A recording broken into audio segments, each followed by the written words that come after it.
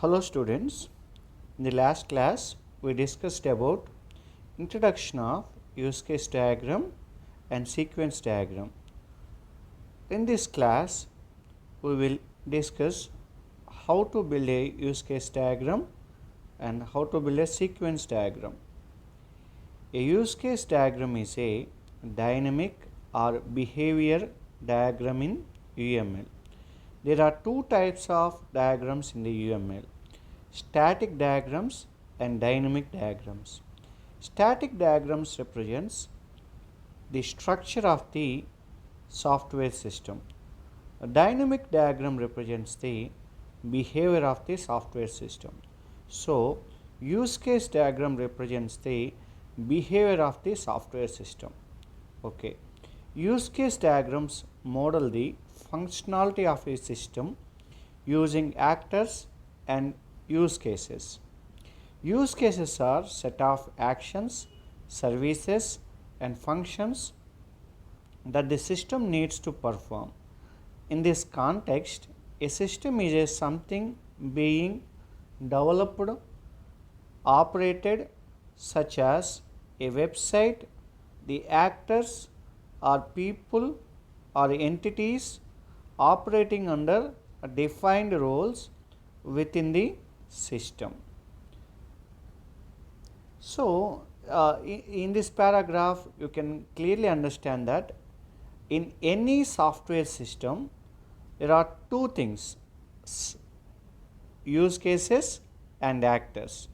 Use case may be a service, use case may be a action, use case may be a functionality. To perform that service or to perform that action or to perform that functionality, we need an actor.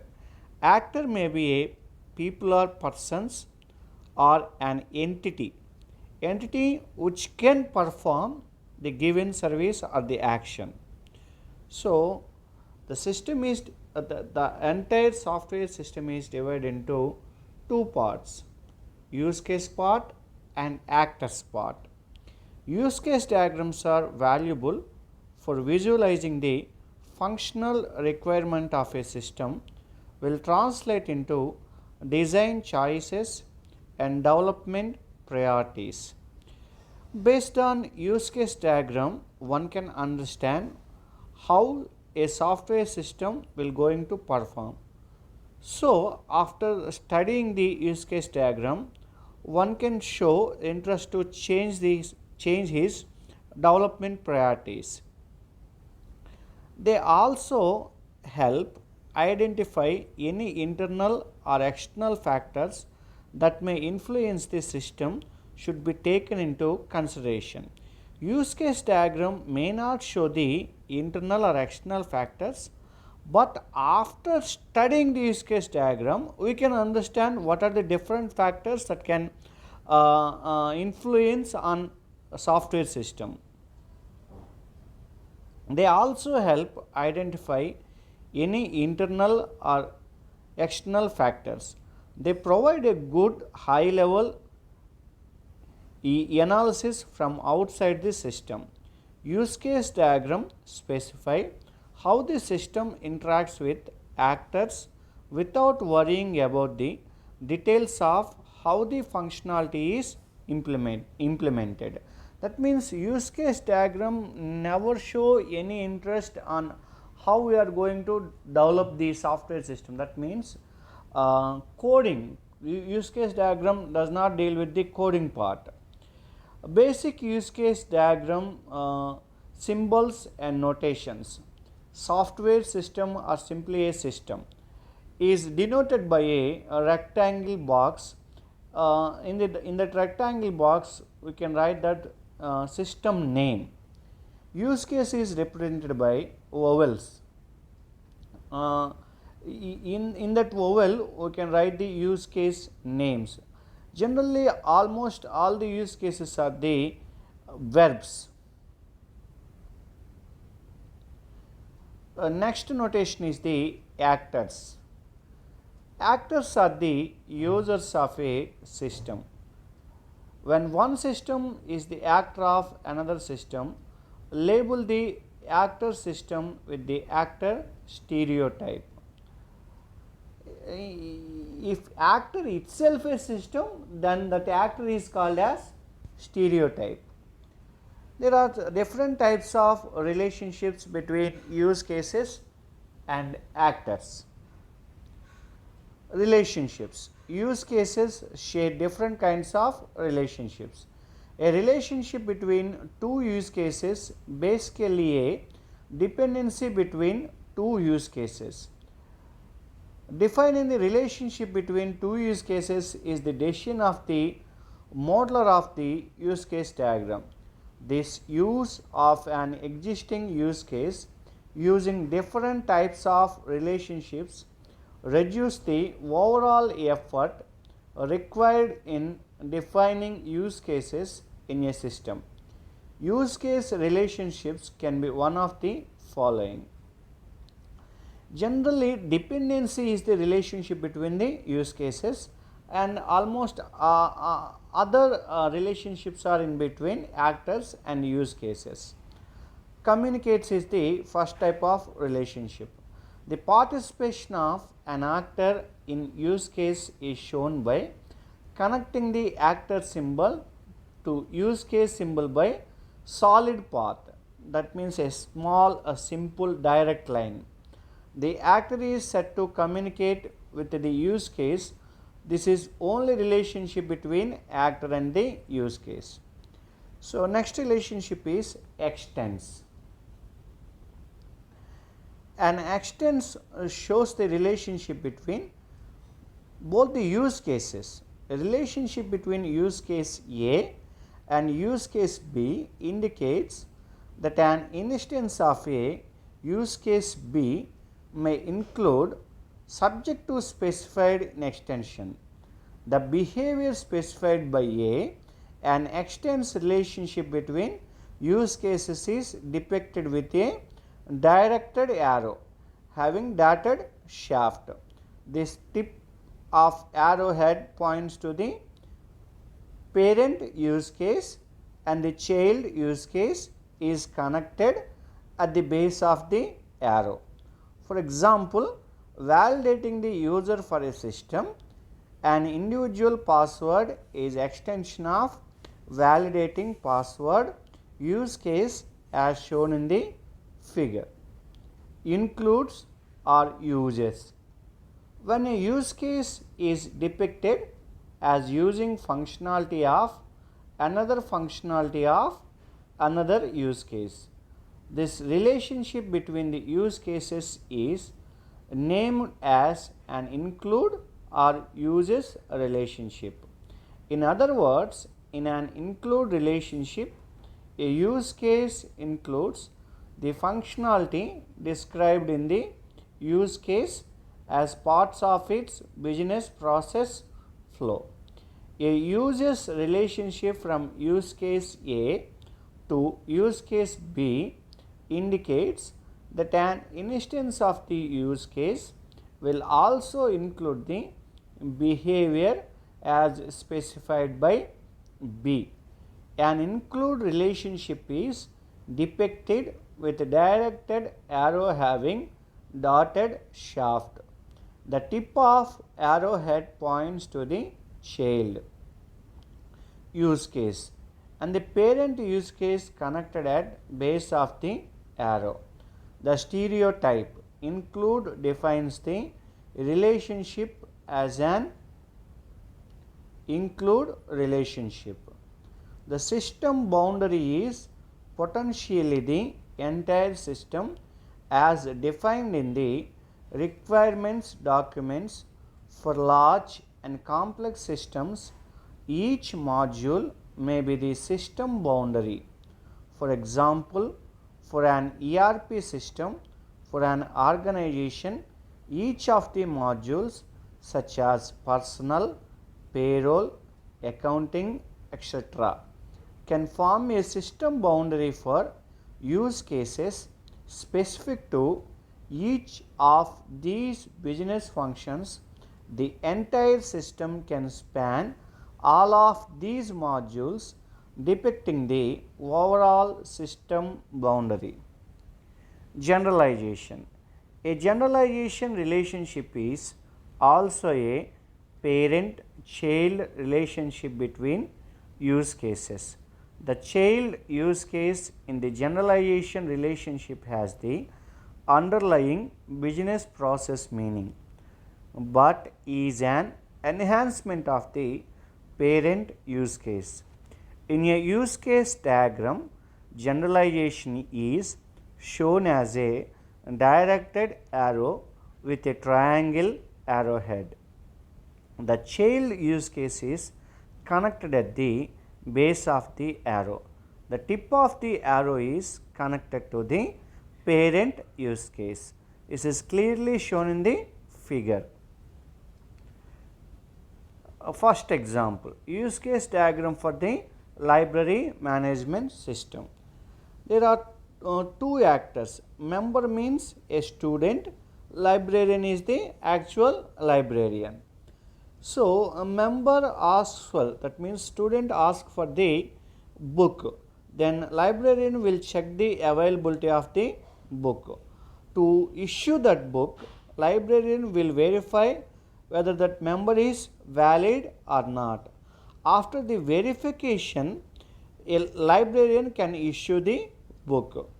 Sometimes a student have the fine before he is late to submit his past accession books. So, some fine is imposed on the student. Library has to calculate that fine and has to collect that fine. And if the student returns a book, then library will collect that book and place in a particular rack.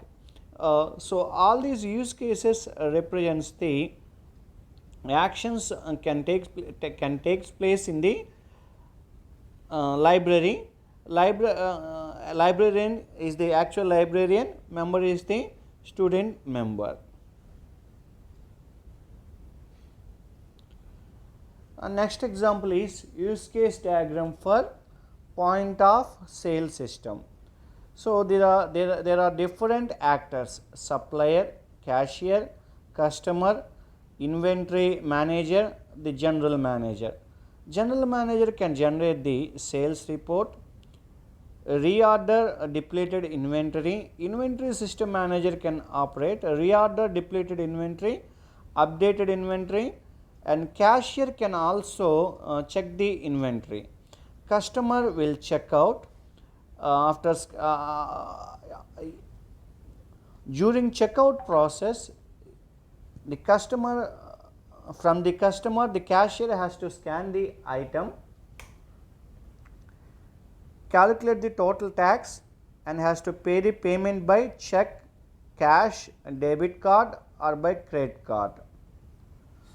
So sequence diagrams. Sequence diagrams describes the interaction among classes in terms of an exchange of message over time. They are also called event diagrams. A sequence diagram is a good way to visualize and validate various runtime scenarios. These can help to predict how a system will behave and to discover responsibilities a class may need to have in the process of modeling a new system. How to use sequence diagrams. Model and document how your system will behave in various scenarios. Validate the logic of complex operations and functions. Basic sequence diagrams, symbols, and notations. In the sequence diagram, class roles and participants.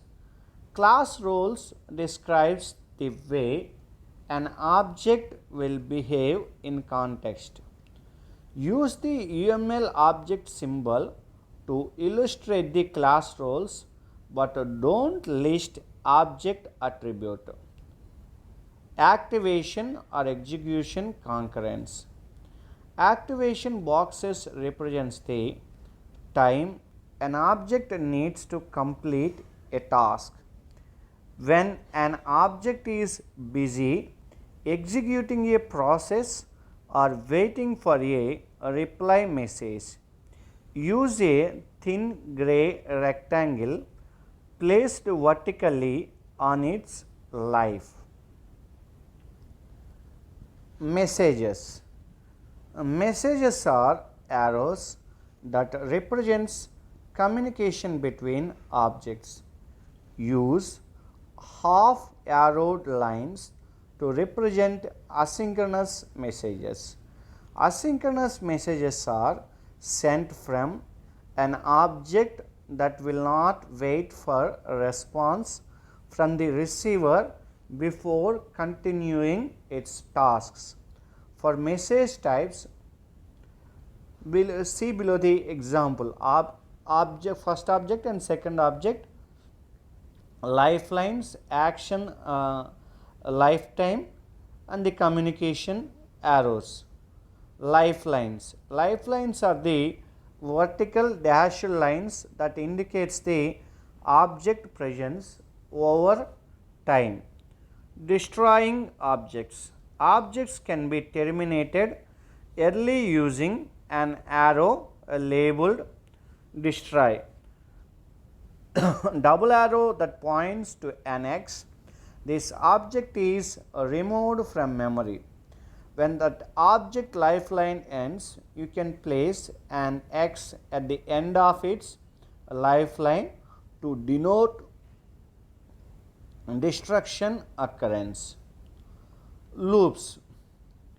A repetition or loop within the sequence diagram is depicted as a rectangle.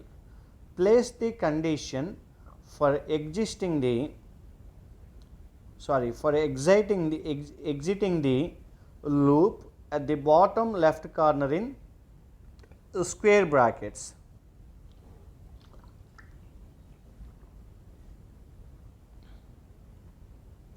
Type of messages in sequence diagrams. Synchronous message.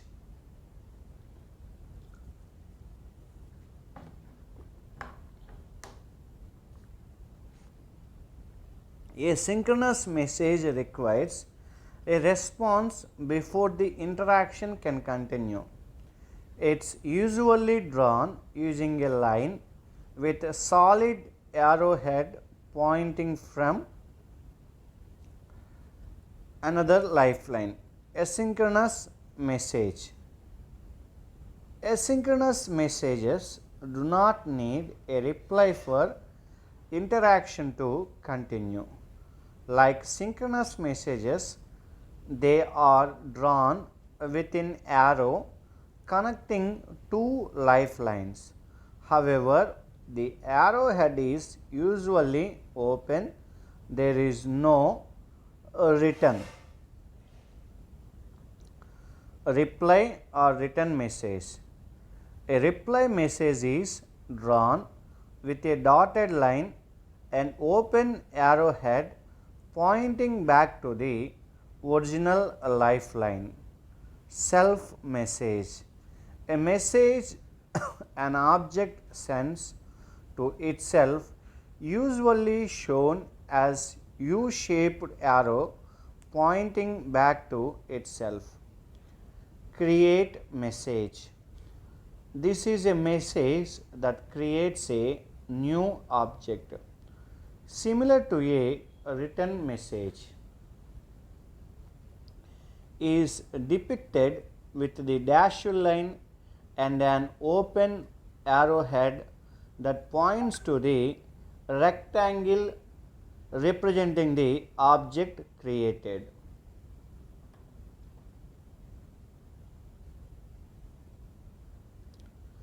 Delete message. This is a message that destroys an object. It can be shown by an arrow with an X at the end. Found message. A message sent from an unknown recipient, shown by an arrow from an endpoint to a lifeline. last message. A message sent to an unknown recipient. It is shown by an arrow going from a lifeline to an endpoint, a filled circle or an X. Sequence diagram example: librarian, book, member record, transactions are the objects. See the I will give you 3 to 5 minutes time. See the actions bar and lifeline and the communication and the name of the actions.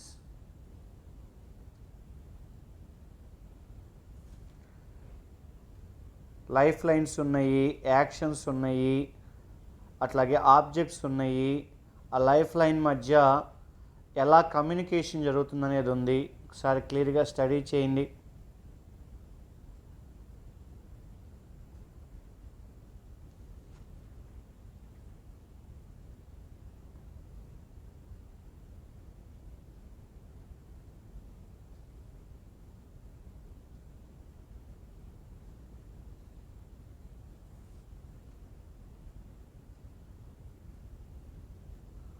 ఇంకొక example కూడా ఉంది, దానికి కూడా ఒక 3 to 5 minutes time ఇస్తాను. ఒకసారి చూడండి దీన్ని.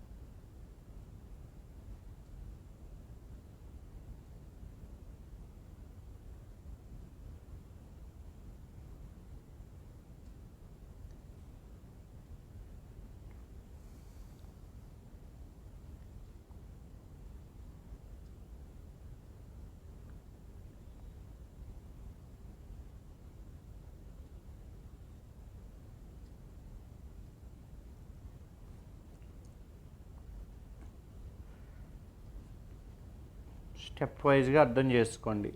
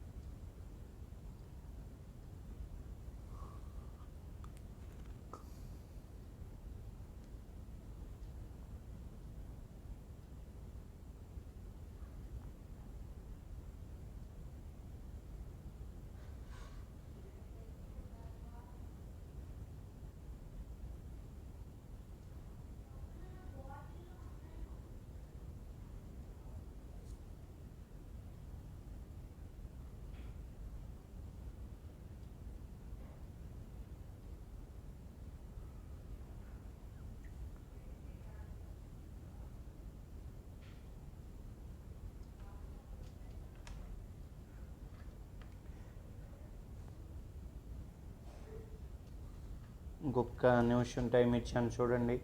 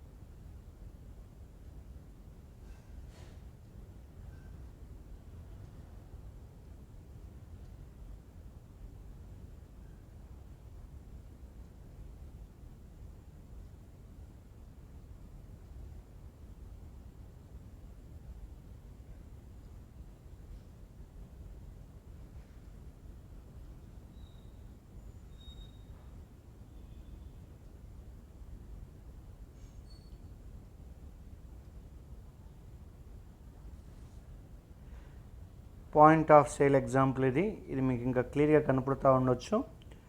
ఆబ్జెక్ట్స్ వచ్చేపాటికి post, product catalogue, sale, product specification, అట్లాగే సేల్స్ లైన్ ఐటెము. యాక్షన్స్ వచ్చేపాటికి create, specification, find, make line item, create, add. దీనికి కూడా ఒక 2 minutes అట్లాగా టైం తీసుకుని ఎగ్జాంపుల్ని కూడా స్టడీ చేయండి.